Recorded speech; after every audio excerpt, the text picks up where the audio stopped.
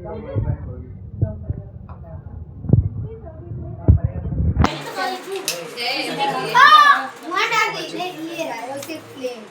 जन्मभूमि today से मैं संतोष तिवारी।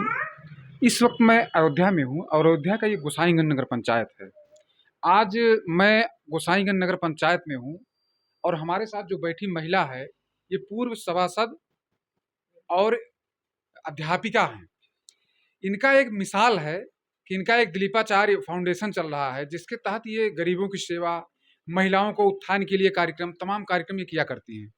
आज हमारी मुलाकात हुई क्योंकि ये नवरात्र चल रहा है, महिलाओं का जो है महिलाओं की जागरूकता का समय चल रहा है जिस पर सरकार भी ध्यान दे रही है और हमारी मातृशक्तियाँ हर क्षेत्र में आगे भी जा रही हैं और ऐसे ही समाज सेवियाँ जो है महिलाओं को आगे लाने में काम कर रही हैं। तो हमारी मुलाकात हुई है, इनसे वार्तालाप हम करते हैं। बहन जी, जेबी न्यूज में स्वागत है आपका। धन्यवाद भैया आपको। आप गोसाईगंज नगर पंचायत में हैं, आपका बड़ा नाम है। दिलीपाचार्य फाउंडेशन के बैनर तले आप जो है महिलाओं को जागरूक करती रहती हैं, उनके रोजगार की तमाम व्यवस्था किया करती हैं, उनके विकास की तमाम बात किया करती हैं। ऐसे में इस नवरात्र में आप क्या कहना चाहेंगी? मैं मातृशक्ति का बढ़ावा देना चाहती हूँ, बालिकाओं की शिक्षाओं को आगे बढ़ाना चाहती हूँ और देश के प्रति नारी सशक्तिकरण का उत्थान करना चाहती हूँ जी। हमारे देश में कोई भी संकट आता है तो झांसी की रानी की तरह हमारी सारी नारियाँ सशक्त होकर और विद्रोहियों का सामना कर सकती हैं। हम ऐसा अपने देश के लिए भी करना चाहते हैं।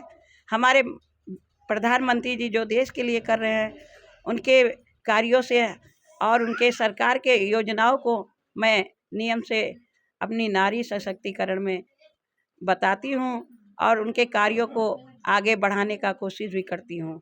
जहाँ तक हो सकता है त्योहारों और पर्वों में सभी महिलाओं को इकट्ठा करके कीर्तन भजन और सत्य सनातन धर्म को आगे बढ़ाना चाहती हूँ। मैं धार्मिक हूँ, मैं हिंदू हूँ, इसलिए मैं ये चाहती हूँ कि हमारे सनातन धर्म के कोई आँच ना आने पाए। जैसे कि हमारे नारियाँ पहले भी आगे रही, सीता सावित्री, वैसे हमारी आज के इस कलयुग में भी हमारी महिलाएं सब आगे रहें।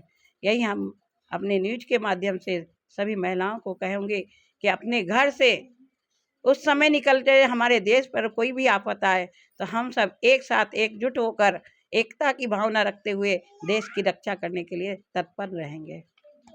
आपका ये दिलीपाचार्य फाउंडेशन जो चल रहा है कितने समय से चल रहा है? अभी 2 साल हुआ है। अच्छा, 2 साल हुआ है जी। 2 साल के अंदर लगभग क्या क्या कार्य आपने किया है?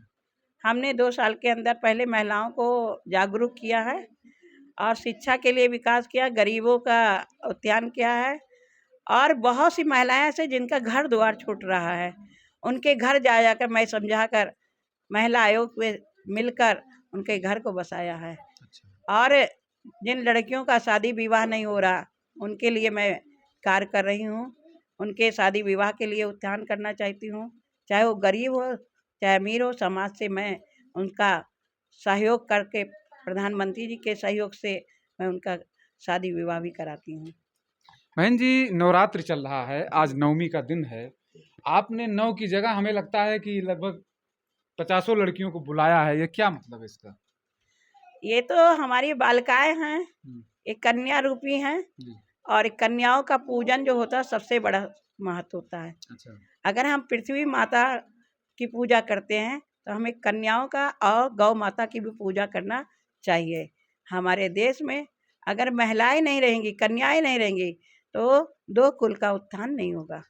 आपने ये बच्चे के हाथ में कलम भी दिया है जी। कन्या पूजन के साथ जो है आपने ये कलम दिया, इसका क्या मतलब है? जिससे ये शिक्षा के लिए उत्साहित हों और कोई रास्ता अपनाए ना बच्चे। आजकल बच्चे पढ़ लिख कर आगे बढ़ें, जो कि कौशल विकास को देखते हुए उसमें बच्चियां आगे बढ़ें, आज आत्मनिर्भर पर हों, किसी के भरोसे ना रहें, अपना स्वयं कार्य करें।